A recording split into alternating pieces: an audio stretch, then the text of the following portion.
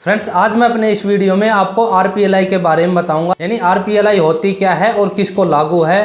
क्योंकि आपने मेरे चैनल पर पीएलआई से संबंधित तो वीडियो बहुत सारे देखे हुए हैं, लेकिन बहुत से व्यूअर ऐसे हैं जो मुझे कमेंट करते रहते हैं कि सर आप आरपीएलआई के बारे में नहीं बताते, आप केवल सर्विस वालों की यानी जो गवर्नमेंट सर्वेंट हैं आप उन्हीं की बात करते हो, यानी वो जो पीएलआई ले सकते हैं वही उन्हीं की बात करते हो। आप कभी आरपीएलआई के बारे में बताया करो। तो फ्रेंड्स, आपकी जानकारी के लिए मैं बता देता हूं, हमारा डाक विभाग है यानी जो पोस्टल डिपार्टमेंट है वो दो तरह के बीमा यानी जो दो तरह के जो इंश्योरेंस है वो करता है, उनकी सर्विस देता है। तो एक तो है पीएलआई, एक है आरपीएलआई। पीएलआई है वो सरकारी कर्मचारियों को, यानी चाहे वो सेंट्रल गवर्नमेंट का हो या फिर वो स्टेट गवर्नमेंट का हो या कोई हॉस्पिटल में या जो मेडिकल सर्विस में हो, उनके लिए लागू है। और जो सर्विस को छोड़ करके जितने भी मजदूर वर्ग बच गए या गरीब आदमी या गांव क्षेत्र में जो ग्रामीण क्षेत्र में रहने वाले जितने भी लोग हैं उनको आरपीएलआई लागू है। यानी जो ग्रामीण क्षेत्र में रहने वाले लोग हैं, जो गांव के लोग हैं, जो कोई जॉब नहीं करते, उसमें किसान भी हैं या जो लेबर है यानी जो मजदूर है वो भी है, वो अगर इंश्योरेंस कराना चाहते हैं तो डाक विभाग में जो आरपीएलआई यानी रूरल पोस्टल लाइफ इंश्योरेंस है वो उनके लिए सबसे बेस्ट ऑप्शन है। तो फ्रेंड्स, आपने अक्सर गांव में घूमते हुए एजेंटों को देखा होगा जो एलआईसी या बहुत सारी, मैं अब नाम लेने की बजाय मैं आपको एक मोटा मोटी बता देता हूँ, बहुत सी ऐसी कंपनियां हैं जिनके एजेंट हैं वो कमीशन के लिए गली गली और मोहल्ले में या घर घर घूमते रहते हैं कि आप ये इंश्योरेंस करा लो, वो इंश्योरेंस करा लो। तो ये जितने भी इंश्योरेंस हैं उनमें जो आरपीएलआई है यानी जो ग्रामीण लोगों के लिए जो डाक विभाग की स्कीम है यानी जो इंश्योरेंस है वो उन सब से बेस्ट है। और इसमें बेस्ट क्यों है? क्योंकि इसमें थोड़ा पैसा आपको भरना होता है और बहुत ज़्यादा आपको उसके रिटर्न मिलता है, यानी उसके बदले में आपको ज़्यादा अमाउंट मिलता है, जिसे बोलते हैं इंग्लिश में लो प्रीमियम हाई बोनस, यानी कम आपने पैसा देना है और ज़्यादा पाना है। फ्रेंड्स, हमें अक्सर इंश्योरेंस की ज़रूरत कब होती है? जब हमारे ऊपर जिम्मेदारियां ज़्यादा होती हैं और हमारी लाइफ की जो सिक्योरिटी है वो कम होती है, तो हमें इंश्योरेंस की ज़्यादा ज़रूरत होती है। क्यों? क्योंकि आपका रहने ना रहने का असर है आपके परिवार पर बहुत ज़्यादा पड़ता है। अगर आप ठीक ठाक रहते हैं, जिंदा रहते हैं, अच्छा कमाते हैं, तो आपका परिवार आपके साथ अच्छे से जीवन यापन करेगा। अगर आपको कुछ हो जाता है तो आपका परिवार बिखर जाता है, उसको कोई सहारा नहीं होता, यानी उसको फाइनेंशियल सपोर्ट कोई नहीं कर सकता। तो इसलिए प्रत्येक आदमी को इंश्योरेंस की ज़रूरत है, यानी जीवन बीमा की ज़रूरत है। और ऐसा जीवन बीमा हो जो आपके अगल बगल में उसका ऑफिस हो, अगल बगल में ही आपका पैसा जमा होता हो। तो इसके लिए सबसे बेस्ट है वो है डाक विभाग का जो इंश्योरेंस है, यानी पीएलआई या आरपीएलआई। पीएलआई तो मैं बता चुका हूँ कि वो तो जो सरकारी कर्मचारी है उनको लागू है, और जो गांव के जो ग्रामीण है या मजदूर वर्ग है उसको आरपीएलआई लागू है, यानी जो ग्रामीण डाक जीवन बीमा है वो लागू है। इसमें क्या होता है कि अगर आप ग्रामीण क्षेत्र में आप निवास करते हैं या ग्रामीण क्षेत्र के रहने वाले हो तो आपने अपने नज़दीकी पोस्ट ऑफिस में जाके अपना जीवन बीमा खुलवा लेना चाहिए।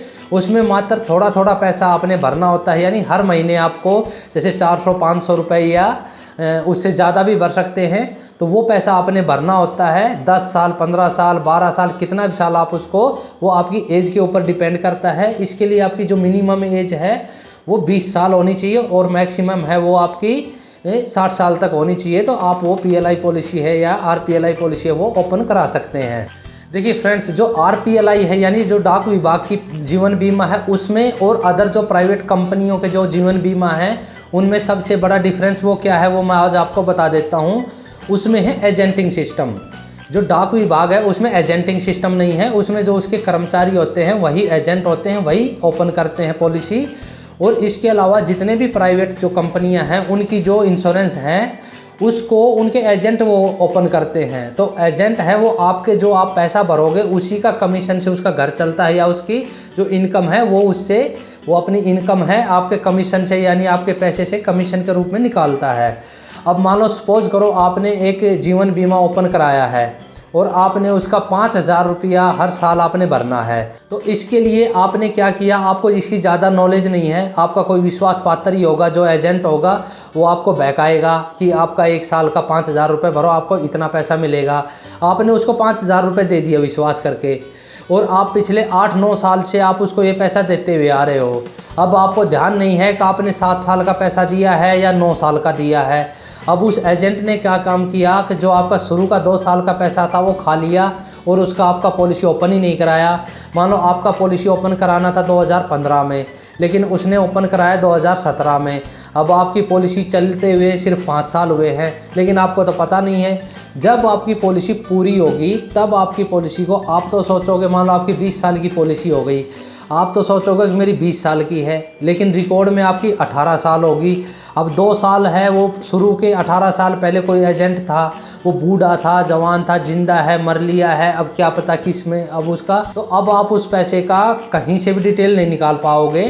तो ये इन सब से बचने के लिए आपको क्या है, डाक विभाग में जो जीवन बीमा है आपने वो लेना चाहिए, या मैं आपको सजेस्ट करता हूं। अगर आप, ये नहीं है कि आपने लेना ही चाहिए, अगर आप कोई भी जीवन बीमा लेना चाहते हैं, अगर आपकी लाइफ में ऐसे ज़्यादा जिम्मेदारियां हैं और रिस्की काम है, यानी आपका जोखिम भरा काम है, जैसे आप राजमिस्त्री हैं, ऊंची ऊंची बिल्डिंगों में काम करते हो, तो पड़ने गिरने का डर है या आपको चोट लगने का डर है, तो इसके लिए आपको अपने लाइफ का इंश्योरेंस यानी जीवन बीमा ज़रूर कराना चाहिए, ताकि आपके साथ कोई हादसा हो जाए तो आपके परिवार को कोई सपोर्ट कर सके।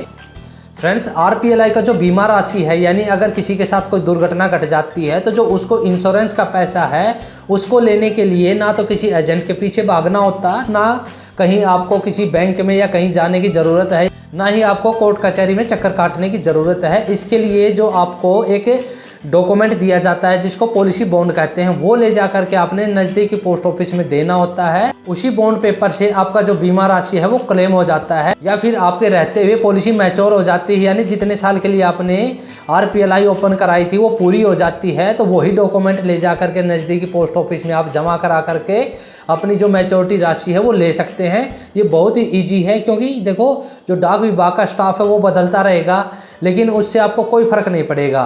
क्यों? क्योंकि आपकी पॉलिसी है वो उस पोस्ट ऑफिस में चलती है, ना कि उस डाक विभाग के कर्मचारी के पास। क्योंकि अगर आप आरपीएलआई की जगह किसी अदर कंपनी का बीमा लेते हैं तो आपको उस कंपनी का तो कोई जानकारी होती नहीं है, आप केवल एजेंट को जानते हैं। अगर एजेंट कल को आपको दिखाई नहीं देता है, या 1-2 साल या कहीं चला जाता है, या ट्रांसफ़र चला जाता है, तो आपको समस्या हो जाती है और आपकी समस्या का कोई समाधान नहीं करता। और आरपीएलआई में कोई समस्या ज़्यादा होती नहीं है। अगर फिर भी आपको कोई समस्या आ जाती है तो जो डाक विभाग के कर्मचारी हैं उन्हीं का काम होता है आपकी समस्या का समाधान करना। इसलिए मैं आपको सजेस्ट कर रहा हूँ, जो गांव के रहने वाले लोग हैं उन्होंने भी अपनी लाइफ का जीवन बीमा कराना चाहिए, यानी अपना एक जीवन बीमा होना चाहिए। और वो कौन सा होना चाहिए? वो है डाक विभाग का आरपीएलआई, यानी रूरल पोस्टल लाइफ इंश्योरेंस, ग्रामीण डाक जीवन बीमा। इसकी एक पॉलिसी आपके पास ज़रूर होनी चाहिए, जो मिनिमम आप 20,000 से लेकर के 10 लाख तक की पॉलिसी ओपन करा सकते हैं। तो फ्रेंड्स, अभी मैंने आरपीएलआई के बारे में अपने चैनल पर ये बताना स्टार्ट किया है। अब मैं आपको इसकी पूरी जानकारी step by step other video में देते रहूँगा, क्योंकि ऑलरेडी ये वीडियो काफ़ी बड़ा हो जाएगा। तो फ्रेंड्स, नेक्स्ट वीडियो में मैं आपको बताऊंगा कि आरपीएलआई कितने टाइप की होती है और आपके लिए कौन सी बेस्ट है। फ्रेंड्स, अगर आप पीएलआई या आरपीएलआई के बारे में कुछ जानना चाहते हैं तो मुझे कमेंट करके पूछ सकते हैं, या मेरे चैनल पर विजिट करके वहाँ पे ऑलरेडी वीडियो अवेलेबल है वो भी देख सकते हैं। फ्रेंड्स, अगर आप पीएलआई या आरपीएलआई के बारे में डिटेल में जानना चाहते हैं तो मेरे चैनल को सब्सक्राइब करके रखें। आने वाले टाइम में इसके बारे में आपको पूरी जानकारी दी जाएगी। ओके फ्रेंड्स, मिलते हैं नेक्स्ट वीडियो में, तब तक के लिए जय हिंद, जय भारत।